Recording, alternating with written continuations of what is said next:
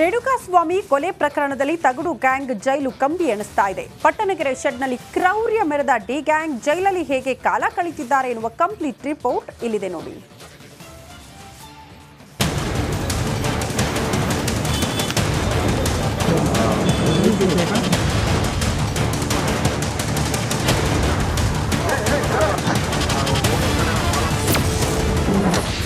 ಶೆಡ್ನಲ್ಲಿ ಕ್ರೌರ್ಯ, ಜೈಲಿನಲ್ಲಿ ಗಪ್ಚುಪ್.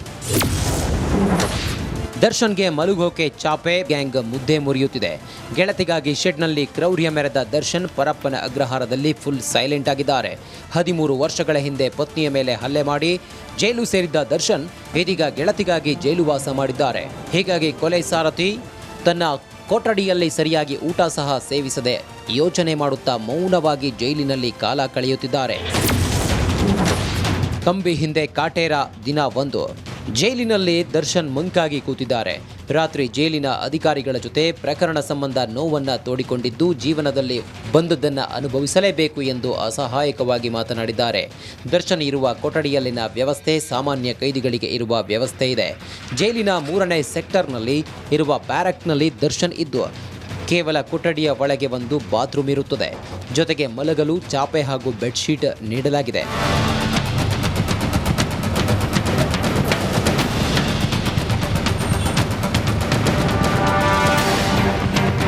ಇನ್ನು ಕಿಲ್ಲರ್ ಲೇಡಿ ಪವಿತ್ರ ಗೌಡ ಮಹಿಳಾ ಬ್ಯಾರಕ್ನಲ್ಲಿ ಇದ್ದು ಪೋಷಕರು ತಂದುಕೊಟ್ಟು ಹೋಗಿದ್ದ ಬಟ್ಟೆ ಹಾಗೂ ಬೆಡ್ಶೀಟ್ ನೀಡುವಂತೆ ಸಿಬ್ಬಂದಿ ಬಳಿ ಮನವಿ ಮಾಡಿದ್ದಾಳೆ. ಹೀಗಾಗಿ ಜೈಲಾಧಿಕಾರಿಗಳು ಮನೆಯವರು ನೀಡಿದ ಬ್ಯಾಗ್ ನೀಡಿದ್ದಾರೆ. ಬಳಿಕ ಸೆಲ್ನಲ್ಲಿ ಸೈಲೆಂಟ್ ಆಗಿ ಕುಳಿತುಕೊಂಡು ಕಾಲ ಕಳೆಯುವ ಪರಿಸ್ಥಿತಿ ಎದುರಾಗಿದೆ.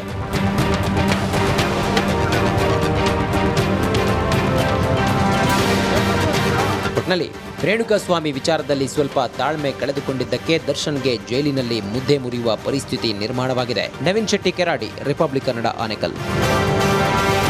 ರೇಣುಕಾಸ್ವಾಮಿ ಕೊಲೆ ಪ್ರಕರಣದಲ್ಲಿ ತಗಡು ಗ್ಯಾಂಗ್ ಜೈಲು ಕಂಬಿ ಎಣಿಸ್ತಾ ಇದೆ. ಪಟ್ಟಣಗೆರೆ ಶೆಡ್ನಲ್ಲಿ ಕ್ರೌರ್ಯ ಮೆರೆದ ಡಿ ಗ್ಯಾಂಗ್ ಜೈಲಲ್ಲಿ ಹೇಗೆ ಕಾಲ ಕಳೆದಿದ್ದಾರೆ ಎನ್ನುವ ಕಂಪ್ಲೀಟ್ ರಿಪೋರ್ಟ್ ಇಲ್ಲಿದೆ ನೋಡಿ.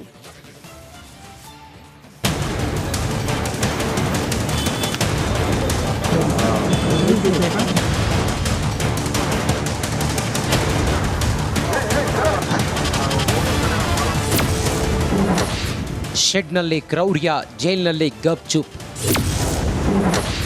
ದರ್ಶನ್ಗೆ ಮಲಗೋಕೆ ಚಾಪೆ, ಗ್ಯಾಂಗ್ ಮುದ್ದೆ ಮುರಿಯುತ್ತಿದೆ. ಗೆಳತಿಗಾಗಿ ಶೆಡ್ನಲ್ಲಿ ಕ್ರೌರ್ಯ ಮೆರೆದ ದರ್ಶನ್ ಪರಪ್ಪನ ಅಗ್ರಹಾರದಲ್ಲಿ ಫುಲ್ ಸೈಲೆಂಟ್ ಆಗಿದ್ದಾರೆ. 13 ವರ್ಷಗಳ ಹಿಂದೆ ಪತ್ನಿಯ ಮೇಲೆ ಹಲ್ಲೆ ಮಾಡಿ ಜೈಲು ಸೇರಿದ್ದ ದರ್ಶನ್ ಇದೀಗ ಗೆಳತಿಗಾಗಿ ಜೈಲುವಾಸ ಮಾಡಿದ್ದಾರೆ. ಹೀಗಾಗಿ ಕೊಲೆ ಸಾರಥಿ ತನ್ನ ಕೊಠಡಿಯಲ್ಲಿ ಸರಿಯಾಗಿ ಊಟ ಸಹ ಸೇವಿಸದೆ ಯೋಚನೆ ಮಾಡುತ್ತಾ ಮೌನವಾಗಿ ಜೈಲಿನಲ್ಲಿ ಕಾಲ ಕಳೆಯುತ್ತಿದ್ದಾರೆ. ಕಂಬಿ ಹಿಂದೆ ಕಾಟೇರ ದಿನ 1. ಜೈಲಿನಲ್ಲಿ ದರ್ಶನ್ ಮಂಕಾಗಿ ಕೂತಿದ್ದಾರೆ.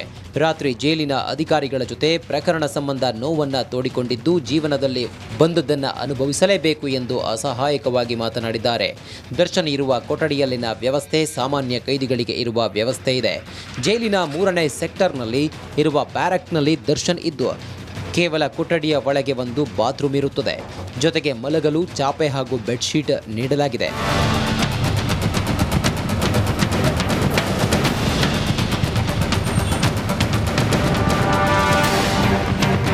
ಇನ್ನು ಕಿಲ್ಲರ್ ಲೇಡಿ ಪವಿತ್ರ ಗೌಡ ಮಹಿಳಾ ಬ್ಯಾರಕ್ನಲ್ಲಿ ಇದ್ದು ಪೋಷಕರು ತಂದುಕೊಟ್ಟು ಹೋಗಿದ್ದ ಬಟ್ಟೆ ಹಾಗೂ ಬೆಡ್ಶೀಟ್ ನೀಡುವಂತೆ ಸಿಬ್ಬಂದಿ ಬಳಿ ಮನವಿ ಮಾಡಿದ್ದಾಳೆ. ಹೀಗಾಗಿ ಜೈಲಾಧಿಕಾರಿಗಳು ಮನೆಯವರು ನೀಡಿದ ಬ್ಯಾಗ್ ನೀಡಿದ್ದಾರೆ.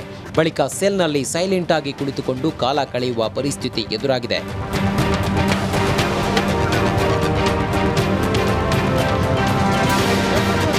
ಒಟ್ನಲ್ಲಿ ರೇಣುಕಾಸ್ವಾಮಿ ವಿಚಾರದಲ್ಲಿ ಸ್ವಲ್ಪ ತಾಳ್ಮೆ ಕಳೆದುಕೊಂಡಿದ್ದಕ್ಕೆ ದರ್ಶನ್ಗೆ ಜೈಲಿನಲ್ಲಿ ಮುದ್ದೆ ಮುರಿಯುವ ಪರಿಸ್ಥಿತಿ ನಿರ್ಮಾಣವಾಗಿದೆ. ನವೀನ್ ಶೆಟ್ಟಿ ಕೆರಾಡಿ, ರಿಪಬ್ಲಿಕ್ ಕನ್ನಡ, ಆನೇಕಲ್.